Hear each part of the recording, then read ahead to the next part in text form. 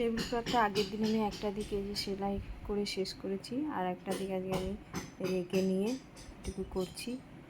এটা 2 দিন লাগবে সেলাই হতে, কিন্তু আমাকে আজকে রান্না একটু দেখাতেই হবে। 2 দিন ধরে রান্না দেখানো হচ্ছে না, রান্নাঘরের অবস্থা যা তা, সব ভেঙে ভেঙে একাকার, আর কোথায় কোনটা রেখেছি কিছু খুঁজে পাচ্ছি না। তো আজকে সকালে যেটুকু করেছি আমি দেখাচ্ছি। করেছি চিলি পনির, আর তার সঙ্গে চাউমিন। দিয়ে দিলাম স্বাদ মতো নুন, পনিরের মধ্যে আদা রসুন পেঁয়াজ বাটা, তারপরে দেব গোলমরিচের গুঁড়ো, সয়া সস, টমেটো সস আর চিলি সস দিয়ে প্রথমে কোটিং করে নেব, মেখে নেব, ম্যারিনেশন করে রাখবো 10 মিনিট। তারপরে দেব কর্নফ্লাওয়ার, সেটা দিয়ে কোটিং করে নিলাম। কড়াইতে আমি তেল বসিয়ে দিয়েছি, সেটা আমি ভেজে তুলে নেব।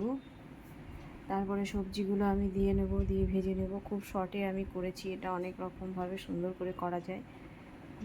এই যে সবজিগুলো আমি দিয়ে দিই, সবজির মধ্যে পেঁয়াজ, ক্যাপসিকাম, গাজর, বিনস দিয়েছি, দিয়ে ভেজে নিচ্ছি।